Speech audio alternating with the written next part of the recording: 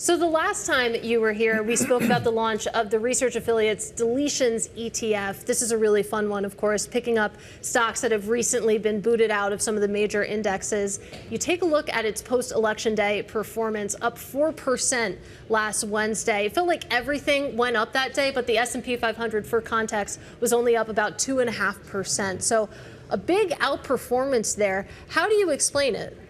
Well, it's a couple of things. Firstly, the companies that are in the next index. We launched the index last June, at the end of June. It's up 18% since then. Part of that is small cap doing well. Part of that is value doing well.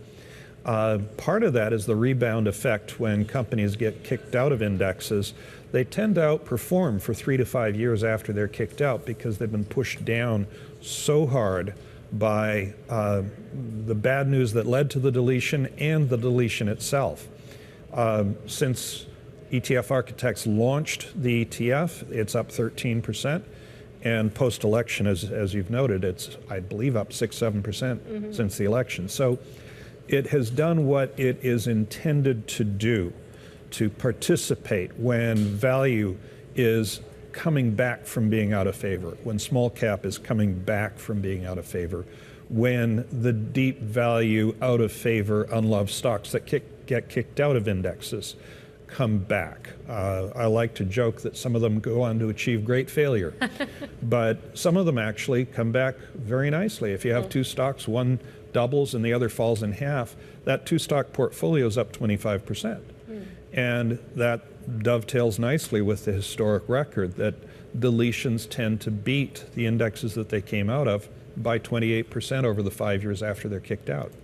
Part of this, of course, also is the election effect as well. You've noted that history shows the stock market often rebounds before voters head to the polls, before Election Day, because there's going to be a removal of uncertainty. And of course, your data also shows that markets tend to rally after the Election Day outcome, too. Usually, when you have a big event risk, the dynamic is buy on rumors, sell on news, on something anticipated. Yet in tightly contested elections, it's buy on rumor, also buy on news. How do you explain that? Actually, it's very straightforward. This is a bet that I've made personally many times in the last 30 years, and not just in the U.S., in Taiwan and a host of other countries. When there's a contested election, what you find is that both sides are terrified that the other side's going to win. Once the election happens, so both sides, some are terrified enough to go risk off, to take money out of the market. And when the election happens, one side breathes a sigh of relief and says, okay, I'm going back into the market. And it doesn't happen overnight. So some of it happens immediately. Some of it happens after a while. Some of it happens in the days approaching the election.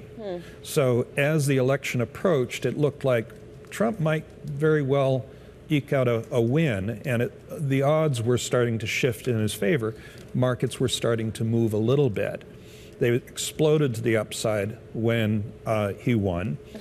And it was not because of him winning. It was because his side and the other side were both risk off, and his side was happy to go risk on again. So we see this again and again. If it's a split election where Republicans win the presidency and Dems retain one of the houses, or vice versa, the outcome's the same. There's generally about a 4% rise from a week before the election to 5 or 6 weeks after. If it is, and it doesn't matter who wins, if it's a trifecta, on average, it's about an 8% rise. If it's a Republican trifecta. If it's a Democratic trifecta, it's still a 2% rise. So the market rises regardless who wins.